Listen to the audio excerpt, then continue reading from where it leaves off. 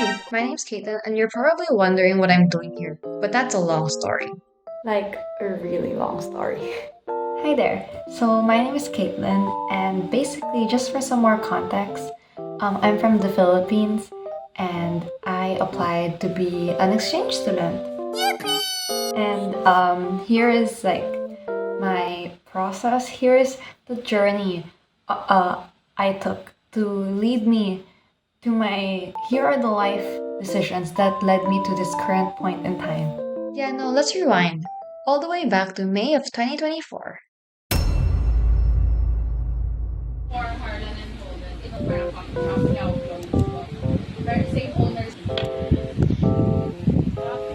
I just got the email confirming that they made it to the interview step of the application process. And while I'm here at eye doctor, and my heart is like beating nonstop. This morning has been extremely stressful because the results for the study abroad program were coming out today, and I figured they'd already come out earlier this morning before I left for school because my friend who was also applying for it had messaged me already, but I wasn't able to gauge whether it was a good message or bad message. But I was about to drive to school, and actually I'm about to be late, so I should really leave. But anyway, so she'd already messaged me, but there was no way I could check whether I'd gotten the email, because there was just, oh my god, this is a horrible angle, but there's just no time to waste. Anyway, it was, so I knew that the only way I could check.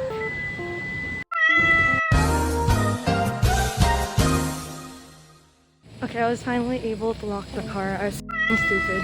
I grabbed the wrong keys. Well, anyway, it's a long story. But the whole time I was stressing out over the drive. Like, my heart was beating so hard the whole time because I have super little gas.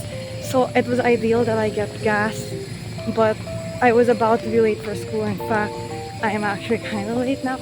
But when I got to school, I just quickly opened the email and I saw the word congrats. So I'm fine now.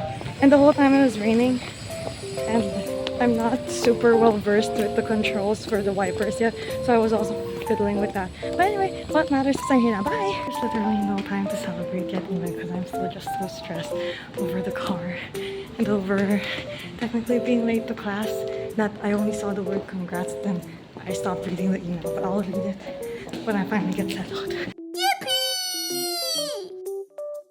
Okay, I've officially finished all my classes for the day, and I finally calmed down a bit. So I was so distraught this morning, like I was just buzzing with stress, that I first read the email, and when I first saw the words congratulations, I was like, okay, I'm good to go.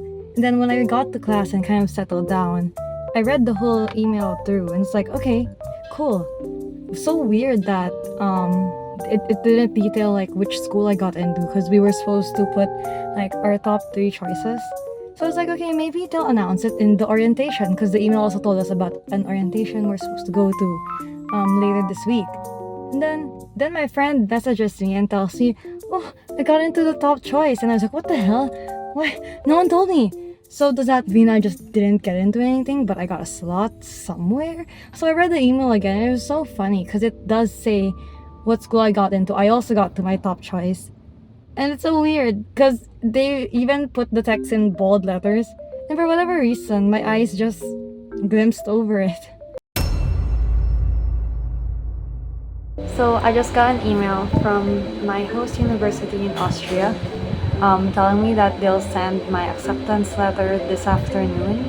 When I saw that email, that was the only moment in which everything just sank in.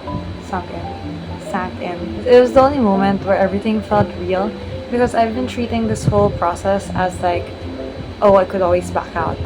And yeah, technically I could still back out even after I've been accepted into my host university, but it just feels different for some reason. And like, the process is so stupid because I had to apply to my university first here in the Philippines, and then if they accept me, that just means they're willing to nominate me to my chosen university abroad. And after they nominate me, I still have to apply to that university abroad. But they said that applying to the university abroad is more just like a formality, and more or less they don't really say, oh, you can't come in. So yeah, but I don't know why. This is the only time where it's felt like, oh, just this is a real thing. It's official. Woo.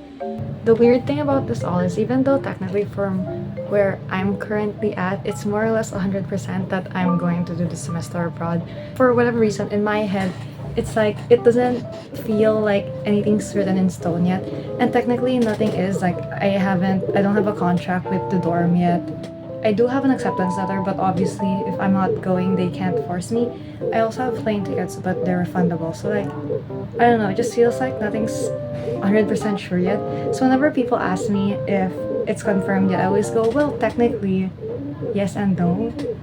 And, like, it just, everything doesn't feel like it's real yet. It'll probably only feel real when I'm literally at the airport, or maybe even like sitting in my plane seat. And the funny thing is that whenever I tell people about it, I always tell them I might do a semester abroad next sem. There's always might in the statement. It's like non-negotiable for me to like not put might. And when I saw the enlistment period for the next semester at my university, when I saw the dates, and obviously I'm not gonna register for classes, I already know it's gonna feel so wrong to just like not do anything in that period. But guess who has two thumbs and didn't realize that their internship has a prerequisite?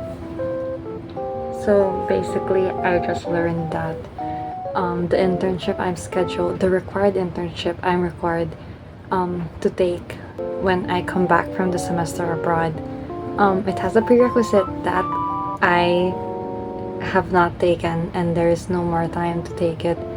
And what makes it all the more annoying is I was supposed to take it this semester, but it had a conflict with another subject. I didn't bother trying for it anymore because I was on a cruise, so I didn't have internet the day they added the subject to the enlistment portal, so I couldn't add it anyway. When I found out, it just really, my spirits like plummeted. It's the same feeling as when I realized that I can't take Jordan subjects at FHWN, because even though I had the proactiveness to see if the school has Jordan subjects so I can maximize my chances of getting them credited, I didn't think of checking whether these subjects would be offered in English, because I obviously I can't speak German. So it's like, it's the same feeling of how could I have been so stupid? How could I have not realized? How could I have not thought of these things? And it just really sucks, because then not being able to take the internship means more or less I'm guaranteed to be delayed. Whereas instead of just having the possibility of being delayed, which I feel like is low, but that's now like out of the question if I can't take the internship during next summer, because then we're only allowed to take the internship during the summer, so there's just no way anymore, and it just really sucks. And it just makes me think, like, after all the pain and stress this whole thing has brought me, it better damn be worth it. If it's not, then that would really suck. So obviously the problem with going to live in Austria for a couple of months is that I won't have all of my usual things.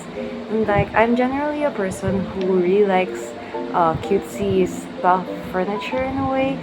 So it's gonna be kind of sad to be like moving into my own space for the first time in my life, but being unable to like fully decorate it to like my fullest potential, if that makes sense.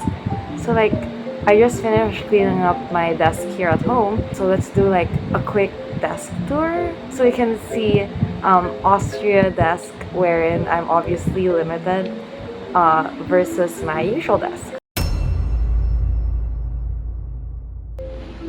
So here it is. It's nothing impressive, but like, I'm quite happy with it. So here's obviously my laptop, and then here we have my current read, which has been going on for a couple of months now because I highly do not recommend. And then here's my newest coaster. It's so cute. I got it from Taiwan. It was a collaboration with this milk tea place. That I'm just drinking some milk.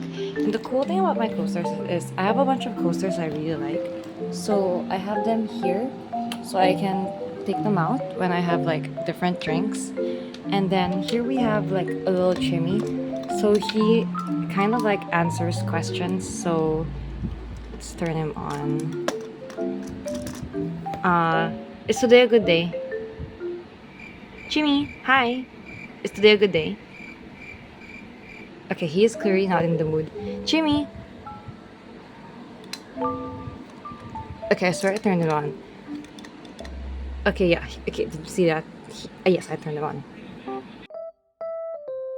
Did someone just come out and I got shy so I stopped the video? Okay, I swear, he was nodding when I wasn't filming. Right? You were nodding? You were nodding? You were nodding? What the hell? Whatever. And then here we have cookies. I got them from Korea and I really like him because he says with all my heart. And oh my god, he keeps nodding and shaking his head when he isn't being filmed. I swear he's camera shy. And then here I have tissue. It's Winnie the Pooh. We got it from Japan. From like a tingsi bao. What do you call that? Like a mystery bag. And then here is my calendar number 1 and calendar number 2. Okay, that I swear. And yeah, and then right behind my laptop we have this like pen holder thing. I'm not entirely sure where to put him yet because it's kind of off to put him behind my laptop because then you can't see him. But then the sides are also full. But yeah, so yeah, I have like 2 pens, a sorting hat pen and this cute guy and some other miscellaneous stuff, but yeah.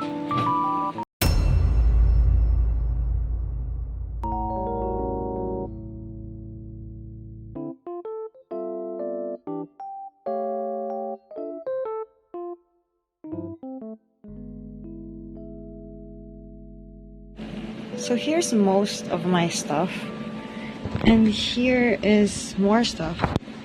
So today was technically day 1 of like trying to pack. Not everything, but like most stuff. Well, not most either, like some stuff. And packing is already innately stressful, but it would have been more stressful. But we discovered today that thanks to, you know, my being a student, Qatar Airways actually gave away free 10 kilos. So now instead of trying to squish all my in 27 kilos, so now we get 37. That doesn't sound right, but it's something like that. And it's like all of a sudden a whole new world has opened up. Like I can bring so much clothes and I can bring more stuff toys and just like more stuff in general. It's their faces I'm leaving behind. So that brown one is cumin, that white one is pig, that little gray one in the corner is cookie. Then over here we have more babies. That little black one is suit. And that one is cream. And that one's brave.